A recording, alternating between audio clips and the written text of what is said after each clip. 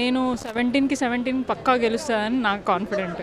అంటే ఒక BRS party నాయకులు ఏదైతే నాయకత్వాన్ని అంటే క్యాండిడేట్ని ఎందుకున్నారో వాళ్ళకందరికీ దమ్ముంది, ఖచ్చితంగా పోరాడతారు, మంచి మెజారిటీ వస్తుందని నాకైతే నమ్మకం ఉంది. ఏ ప్రతిపక్షం ఉన్నా కూడా నా పార్టీ గెలవాలనే నేను కోరుకుంటా. సో ఖచ్చితంగా 17కి 17 వస్తాయని రావాలని కూడా నేను కోరుకుంటున్నాను. ఇక్కడ అధికారంలో ఉన్న కాంగ్రెస్ పార్టీ వాళ్ళు బీఆర్ఎస్ ఒక్క సీటు కూడా గెలవనీయం, ఒక్క సీట్ అన్న గెలిచి చూపించండి అని చెప్తున్నారు కదా. మరి అంటే వాళ్ళు ఎన్నైనా చెప్తారండి, ఎందుకంటే మొన్న కూడా ఎలక్షన్స్లో వాళ్ళు అన్ని అబద్ధపు హామీలు చెప్పి ఈరోజు రాజకీయంగా వాళ్ళు పదవిలోకి వచ్చారు.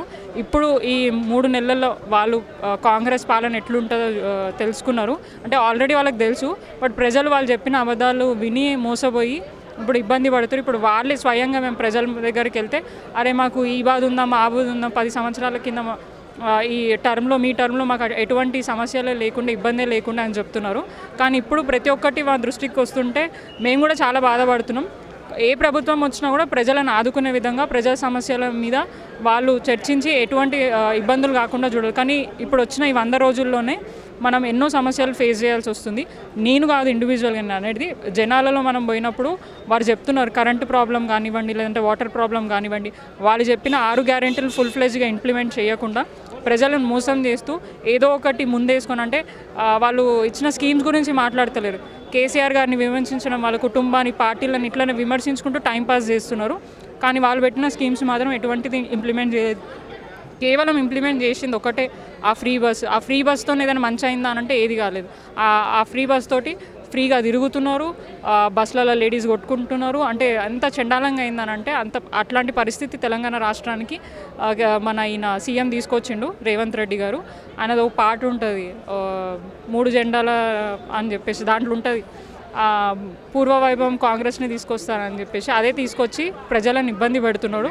రానున్న రోజుల్లో బీఆర్ఎస్ పార్టీ ఖచ్చితంగా ఏదైతే హామీలు చెప్పి ఇప్పుడు అధికారం వచ్చినారో అవన్నిటిని కూడా ఫుల్ఫిల్ చేయడానికి మేమందరం పోరాడతాం. ప్రజలకు ఎటువంటి సమస్య రాకుండా కూడా. హైదరాబాద్ నుంచి పద్మారావు గారికి టికెట్ కేటాయించడం ఎట్లా చూడొచ్చు, గెలిచే అవకాశం ఉందంటే అక్కడ మీ ప్రత్యర్థి పార్టీ అభ్యర్థి ఎవరైనా భావిస్తారు? 100% మేము గెలుస్తాము. ఎందుకంటే వారు చేసిన కృషి సికింద్రాబాద్ తెలంగాణ రాష్ట్రంలో తెలియని వ్యక్తులు ఎవరు లేరు. వారు పేరు ప్రకటించిన వెంటనే ప్రతి ఒక్కరు ఈ సికింద్రాబాద్ ఫస్ట్ విన్ అయ్యేసి అసెంబ్లీలో ఏది అని అంటే సికింద్రాబాద్ అనే చెప్తున్నారు. వారి నాయకత్వం అట్లుంది, వారు అట్లా పనిచేసిరు. తెలంగాణ రాష్ట్రం ఏర్పడిన నుంచి కేసీఆర్ వెంటనే ఉన్నారు. ఇప్పుడు కూడా పార్టీ ఇట్లా పరిస్థితులు ఉన్నా కూడా పార్టీని వదలకుండా పార్టీని నమ్ముకొని కార్యకర్తలని ధైర్యంతో ముందుకు తీసుకెళ్తున్నారు. ఖచ్చితంగా వారు చేసిన కృషి, వారి మంచితనం గెలిపిస్తుందని మాకు నమ్మకం ఉంది. మేము బీజేపీయే పోటీ అని మేము అనుకుంటున్నాం. అది కూడా కిషన్ రెడ్డి గారితో కాదు, మోదీతో మేము అనుకుంటున్నాము. సో అది కూడా వారు ఏం చేయలేదు, కేవలం హిందుత్వవాదాన్ని కానివ్వండి, సెక్యులరిజాన్ని ముందుకు తీసుకెళ్ళి వాళ్ళు ఓట్లు అడుగుతున్నారు. కానీ ప్రజలకి ఏం చేస్తామనేది చెప్పట్లేదు. అది చెప్పి ఓట్లు అడిగితే బాగుంటుందని మేము అనుకుంటున్నాం.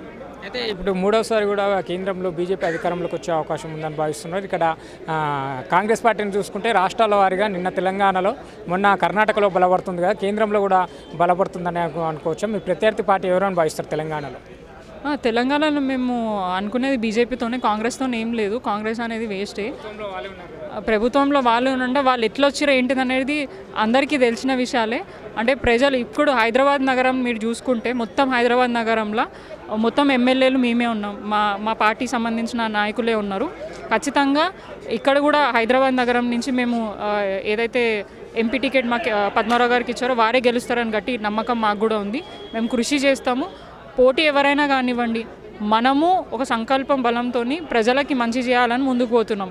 సో అదే బలంతో ముందుకెళ్తే ఖచ్చితంగా ప్రజలు ఆశీర్వదించి మనల్ని ముందుకు తీసుకుపోతారని నమ్మకం. తెలంగాణలో ఒక్క సీటు కూడా గెలవనీయం, గేట్లు ఎత్తితే పార్టీలో చేరడానికి సిద్ధంగా ఉన్నారు బీఆర్ఎస్ నాయకులు అని చెప్పి మాట్లాడుతున్నారు కదా. మరి ఇప్పుడు వాళ్ళు కాంగ్రెస్ కానివ్వండి, బీజేపీ కానివ్వండి, వాళ్ళ క్యాండిడేట్స్ ఎవరండి?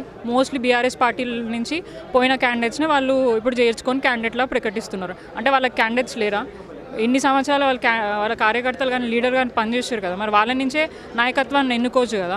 అంటే ఎప్పుడే ఈ 10 సంవత్సరాల కాలంలో బీఆర్ఎస్ మంచి అభివృద్ధి చేశారు, అట్లాంటి క్యాండిడేట్లు అయితే బాగుంటుందని చెప్పేసి వాళ్ళని ఇది వేసుకొని లోబడుచుకొని పార్టీలో మార్చుకొని వాళ్ళని ప్రకటిస్తున్నారు. ఖచ్చితంగా ఆయన గేట్లు ఇవి కాదు ఎత్తాల్సింది, ఏమంటారు మన రిజర్వాయర్లు కానీ ఆ గేట్లు వెళ్తే ప్రజలు బాగుపడతారు, ప్రజలకు ఎటువంటి ఇబ్బందులు లేకుండా ఉంటుంది. ఇట్లాంటి గేట్లు అయితే ఎవరు బాగుపడరు, ఇంకా ఉల్టా ప్రజలు వీళ్ళకే బుద్ధి చెప్తారు. ఈ ఎన్నికల్లో ఖచ్చితంగా కాంగ్రెస్కి బుద్ధి చెప్తారని మాకు నమ్మకం ఉంది. ఇక్కడ కైతా అరెస్టు, అక్కడ ఢిల్లీలో కేజ్రీవాల్ అరెస్టు ఎట్లా చూడొచ్చు మేడం? ఈ ఎన్నికలు వస్తున్న నేపథ్యంలో దీనిలో ఏ విధంగా చూడొచ్చు? అంటే ఖచ్చితంగా ఇది రాజకీయ కుట్రనే అండి. ఎందుకంటే మీరు చూసుకోవచ్చు, ఎలక్షన్స్ గత ఏడాది నుంచి దీన్ని అంటే దాన్ని ప్రొలాంగ్ చేసుకుంటూ వచ్చి ఇప్పుడు ఎలక్షన్ల ముందు మన అరవింద్ కేజ్రీవాల్ని కంట్రోల్ చేయడానికి ఈడీలు, అంటే ఇప్పుడు మీరు చూసుకుంటే బీజేపీ నాయకులు ఎవరి మీద కూడా ఈడీలు, సిబిఐలు, ఐటీలు రైడ్లు జరగలేదు. కానీ ఈ 10 సంవత్సరాల కాలంలో కేవలం ప్రతిపక్షాల మీద ఎవరైతే వాళ్ళ మీద గట్టిగా మాట్లాడతారో, ఎవరు వాళ్ళని క్వశ్చన్ చేస్తారో వాళ్ళపైననే ఈ ఈడీ రైడ్లు కానీ సిబిఐ రైడ్లు జరుగుతున్నాయి. అది ప్రజలందరూ గమనిస్తున్నారు. ఖచ్చితంగా ఇది రాజకీయ కుట్రగానే భావిస్తున్నాం మేము. వాళ్ళు తప్పు చేస్తే శిక్ష పడుతుంది. కాకపోతే క్లీన్ చిట్తో వాళ్ళు బయటకు వస్తారు. మాకైతే నమ్మకం ఉంది కవితక్క గారు ఎటువంటి తప్పు చేయలేదు. వారు ధైర్యంగా లీగల్గా పోరాడి బయటకు వస్తారని మా. చివరిగా ఇప్పుడు రాబోయే పార్లమెంట్ ఎలక్షన్లో బీజేపీ కాంగ్రెస్కి కాకుండా బీఆర్ఎస్కి ఎందుకు ఓటు వెళ్ళంటారు? ఇప్పుడు దాకా నాకు తెలిసినంత వరకు మన తెలంగాణ రాష్ట్రం కోసం పోరాడి అక్కడ ఢిల్లీలో కానివ్వండి, ఈ స్టేట్లో కానివ్వండి కొట్లాడి తెలంగాణ హక్కుల గురించి, తెలంగాణ లబ్ధి కోసం మాట్లాడింది కేవలం బీఆర్ఎస్ పార్టీ ఎంపీలు మాత్రమే.